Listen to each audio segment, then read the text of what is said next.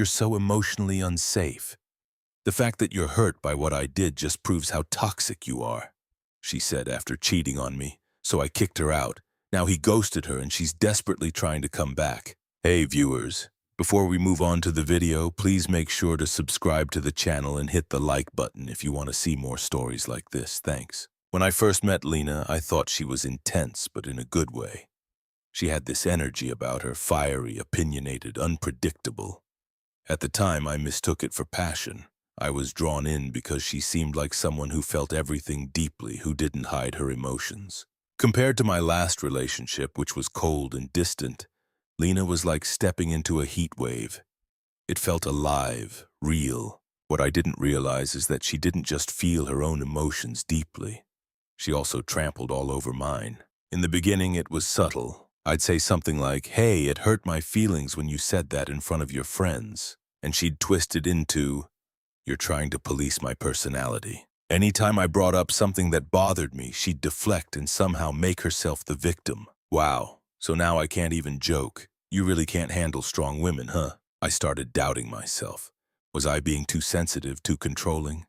Maybe I was the problem. She loved using words like growth, healing, boundaries, but somehow those things always only applied to her. If she needed space, I was supposed to respect it. If I needed reassurance, I was emotionally needy. If I asked her not to post half-naked thirst traps on Instagram, I was controlling and insecure. Still, I tried to understand her.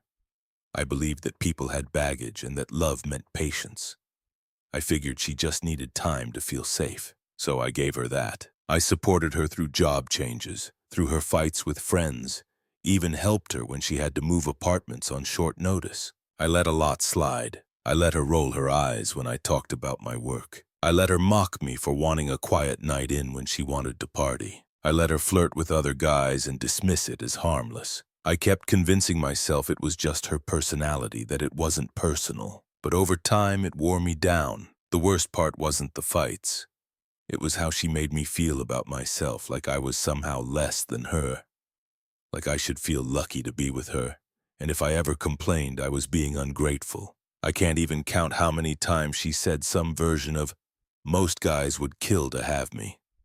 You really think someone else is going to put up with your energy? I started to withdraw emotionally. I didn't want to be called toxic just for having feelings. I didn't want to be accused of being abusive for asking her to communicate like an adult. So I started walking on eggshells. The irony, she was the one constantly accusing me of being emotionally unsafe. Anytime I was visibly upset, even if I was calm and measured, she'd look at me like I was a threat, like my hurt was somehow aggression. Once I found out she lied about where she was, and when I said I don't like being lied to, she stared at me and said, "You're scaring me right now." Scaring her because I said I didn't like being lied to. And then came the distance. The sudden late-night drives to clear her head. The gym sessions that turned into 5-hour absences. The new male friend who she swore was just a guy from yoga class. I wasn't stupid. I knew what was happening. But I didn't confront her, not yet. I wanted to be sure. I wanted to give her the benefit of the doubt one last time, because as much as she chipped away at me, some part of me still loved the person I thought she was. That version of her had been gone for a while. I just hadn't accepted it yet, but I was about to. I finally got confirmation one Thursday night. She'd left her laptop open while she was in the shower, and a message popped up on the screen from that guy from yoga, Tyler. The preview alone was enough. "Last night was insane. I can't stop thinking about you." That was it, the last crack in the dam. I didn't snoop further. I didn't need to. I just sat on the couch staring at the floor while she blow-dried her hair like nothing had happened. When she came out, I looked up at her and said calmly, "So how long has it been going on with Tyler?" She paused. No panic, no guilt. She smirked. "You really need to get over your paranoia." Nothing happened. I didn't raise my voice. I just looked her in the eye and said, "I saw the message. You don't have to lie." She rolled her eyes like I was boring her. "Oh my God, Aaron, are we seriously doing this?" "You are so emotionally unsafe. The fact that you're hurt by what I did just proves how toxic you are." I couldn't believe it. Not an ounce of remorse, not even a fake apology. She folded her arms and added, "You've always been this way. Controlling, fragile, judgmental. Maybe if you were more evolved emotionally, I wouldn't have needed to find that connection elsewhere. You mean cheat, I said flatly. She laughed under her breath. No, I mean actually feel seen. Something you never managed to do no matter how hard you tried to fix me. That was it. All the patience I'd had, all the self-doubt I carried evaporated in an instant. Not in a rage, in clarity. You know what? I said, standing up. You're not deep. You're not evolved. You're just a narcissist with good vocabulary. She scoffed. Excuse me? You cheat, then call me toxic for having a normal reaction. You blame me for your choices. You use therapy speak like it's a get-out-of-jail-free card, but you're not healing, you're hiding. Her arms dropped. She wasn't used to me talking like this, but I didn't stop. I've walked on eggshells for over a year. I've been patient. I've tried to understand you, to support you, even when you humiliated me in front of friends or flirted with strangers, and now you cheat, and somehow that's my fault too. She crossed her arms again, defensive. You're twisting things. You always do this. No, Lena, this is the first time I'm seeing things clearly, and I'm done. Her face changed. She didn't expect that. Not from me. I think she expected a breakdown. Maybe some desperate plea to stay or a dramatic argument she could flip around on me. Instead, I just said, you can pack your stuff tonight. I want you out by morning. She blinked a few times like her brain was buffering. You're seriously kicking me out over this? You made the choice. I'm just following through. She tried to laugh it off. You're making a huge mistake. You think you're going to find someone who gets you like I do? Good luck.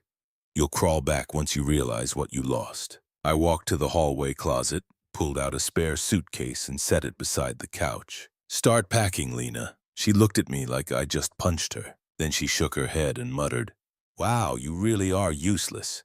Then it shouldn't be hard for you to leave. She stood there for a moment, trying to regain control of the moment. But there was nothing left for her to spin, no button left to push. She ended up packing in silence, grabbing her things in a flurry of angry motion. I didn't hover. I didn't say a word. I just watched her walk out around midnight with her overstuffed bags, muttering something about how she was going to be so much happier anyway.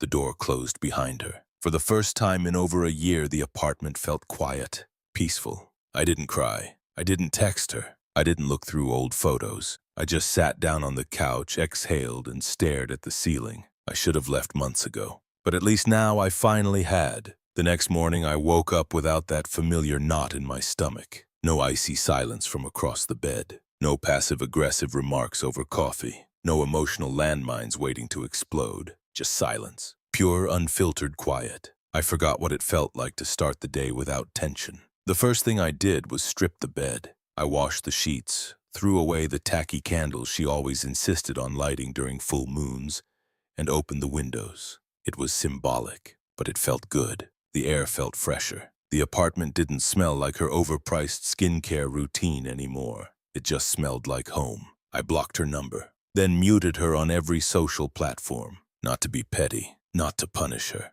I just didn't want her voice in my head anymore, not even digitally. Over the next few days, I kept it simple. I worked. I hit the gym again. Really hit it. Not just the half-hearted workouts I used to squeeze in after dealing with her drama. I cooked for myself. Reached out to a couple of old friends she hadn't liked. One of them, Jamie, laughed when I told him we'd broken up. Dude, took you long enough. She was a walking TikTok diagnosis. He wasn't wrong. By day 3, I felt lighter. Not healed, but clear. I was finally done second-guessing myself. I used to spend hours wondering how I could be better, how I could make things easier for her. Now I understood it was never about me. She just needed someone to project her dysfunction onto, and I played that role way too well. Then on the evening of the 4th day, I got a text from an unknown number. Hey, I just wanted to say I'm sorry about how everything happened. I hope you're okay. No name, no apology for what she did, just how it happened. But I knew who it was. I deleted it without replying. The next morning, I got a message on Instagram from a burner account. I know I hurt you and I'm not asking for anything, but I really miss the way we used to talk, right? She missed the part where I comforted her while she made me feel crazy. I ignored that too. By day 6, she got bolder. A long text came from a second number, probably her work phone. This time, she actually named it. I messed up. I let someone get in my head and I hurt the one person who actually cared about me. Tyler wasn't who I thought he was. He just ghosted me. I see now that I threw away something real. Can we please talk? I stared at the screen for a while. There it was, the turn. I didn't reply. That evening she came by the apartment. I saw her through the peephole, standing there, fidgeting with her keys. Even though she didn't live here anymore, I didn't open the door. After a minute, she knocked gently and said through the wood, "I'm not here to fight. I just want to talk, Aaron, please." I stayed silent. A pause. Then her voice got softer. "You were always the only one who actually tried with me. I didn't see it before, but I do now. I'm sorry." Still, I said nothing. Eventually, I heard her sigh and walk away. Her footsteps echoed down the hallway. She didn't slam the door. She didn't yell. Just left in silence. I stood there for another full minute before walking back to the kitchen, and I smiled just a little. Not because she was hurting, not because I wanted revenge, but because I was finally free. She could spiral, she could beg, she could apologize 1,000 different ways, but I wasn't her emotional dumping ground anymore. Not her project, not her punching bag. She walked out thinking she was upgrading. Now she was crawling back to a man who wasn't waiting anymore. Day 7 started with a knock at the door. I didn't open it. I didn't need to. I knew who it was. She didn't say anything at first. Just stood out there for a full minute before sliding a handwritten note under the door. "I know I broke something, but I still believe in us. I believe we could fix it if you let me.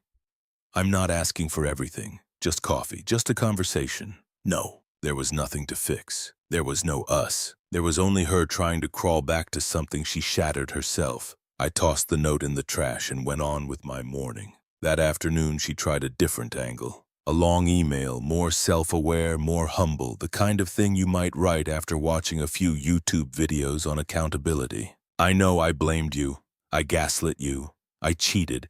I don't deserve forgiveness right now. But I still want to be honest. I'm scared. I thought Tyler was different. But the second I got vulnerable, he bailed. I see now that I had something rare with you. You made me feel safe, and I hated that because I didn't feel like I deserved it. But I want to now. Please just talk to me." Still no acknowledgement that I told her the truth before everything fell apart, that I gave her chance after chance, that I was patient far beyond reason. I didn't reply. That night I saw she had followed me again on Instagram from her main account. I blocked her. 2 hours later, a fake one followed me. No profile picture, no posts, but watching all my stories. I blocked that too. The next day was Sunday. I was sitting at a coffee shop with Jamie when my phone buzzed with a call from a number I didn't recognize. I declined it. 10 seconds later, another call, this time from her mom's number. I let it ring out. Then the text started flooding in. "So now you're ghosting me. Real mature. You think ignoring me makes you the bigger person? You're a coward. You're not better than me, Aaron. You never were. And then, Tyler was a mistake, okay? He didn't care about me. He used me. He said all the right things and then vanished. Are you happy now?" That one almost made me laugh. Not because I found it funny, but because the delusion was still there. The way she twisted every choice she made into something that just happened to her. Like she was always the victim of her own mess. Jamie saw me smirking at my phone and asked, "That her again?" Yep, she's still spinning reality like a washing machine on high. That evening, she tried the nostalgia route. "Remember our weekend in the cabin last winter?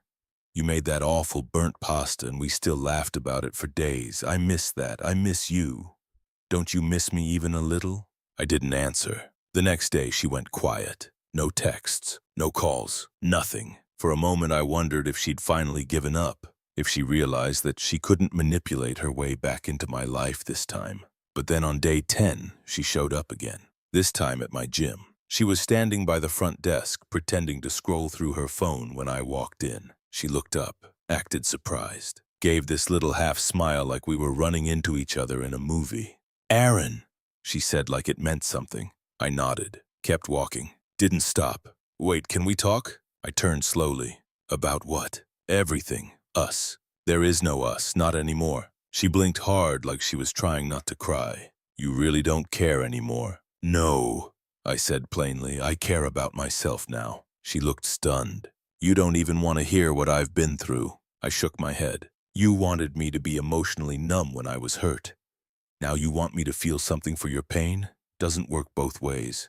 You're seriously just going to walk away? I nodded once. I already did. Then I turned and walked into the gym. She stood there watching, probably waiting for me to look back. I didn't. And for the first time in a long time, I felt like I'd finally reclaimed something I didn't even realize she'd taken from me. My peace. Day 11. It started quiet. No messages, no calls, no pop-ups at work. I actually thought it might be over. Maybe she'd found another rebound. Maybe she finally realized I wasn't playing this time. Then I got a DM from one of her friends, Madison. We never got along. Lena always claimed I was intimidated by strong women. But in reality, I just didn't like manipulators. Hey, not trying to get in the middle of anything, but Lena's a mess. She's not eating, not sleeping. She keeps saying she lost the only person who ever really saw her. I'm not saying you owe her anything, but if you could just talk to her, maybe it would help her move on. I didn't reply, but I'll admit it stuck with me for a second. Until 20 minutes later, I saw Lena had posted a picture to her story. Some vague quote in white text on a black background. Some people will never understand how badly they broke you and how hard it was not to break them in return. I actually laughed out loud, in the middle of my apartment. The same woman who told me I was emotionally unsafe for being hurt by her cheating was now trying to play the victim, painting herself as the broken one, threatening vaguely that she could have broken me, as if she hadn't already tried a dozen different ways. Then came the phone calls again. Different number, then her sister's number, then her ex's number. Tyler. That one made me pause. I let it ring out. 2 minutes later, a text. It's Lena. I just need to say something without you blocking me again, please. Just one message. I didn't answer. She sent another anyway. I was stupid. I was selfish. I thought Tyler made me feel alive, but it wasn't real. You were. You were the only one who ever made me feel safe. I messed it up, and I know you don't owe me a second chance, but I'm begging you, Aaron, please don't shut me out completely, please. 5 minutes later, another message. Or maybe you never actually loved me at all. Maybe that's the truth. You love control, not me. That's why you're fine now. Cold people don't feel loss. And there it was, the cycle, from regret to guilt tripping, from I love you to you're a monster. I'd seen it all before, during every fight. Every emotional meltdown she used to stage when I set the smallest boundary. It was the same act, just louder now. 'Cause I wasn't in the front row anymore. Day 12. She came by the apartment again. This time she wasn't calm. She banged on the door. I didn't answer. She shouted, I know you're in there. Don't act like I meant nothing. Don't act like you didn't say you loved me a month ago. I stayed silent. I gave you everything, she screamed. I trusted you with all my trauma. I let you in. I wanted to yell back. You let me in so you could bleed on me and blame me for the mess. But I didn't say anything. I just waited until she left. She tried texting one more time that night. I don't even know who you are anymore. And then, I hope you end up alone. You'll never find someone who puts up with you like I did. Funny how she called that a virtue. The next morning, day 13, I got one last message. It was short. No blame. No theatrics. I won't bother you anymore. I'm sorry. And for the first time since she cheated, I actually believed her. Not because she meant it, but because she'd finally run out of ways to twist the story. Every manipulation tactic, every mask, every emotional trick, none of it worked. She played every card in the deck and still lost. And I slept like a baby. Thanks for watching. Make sure to subscribe to the channel and hit the like button. What do you think about this story? Share it in the comments.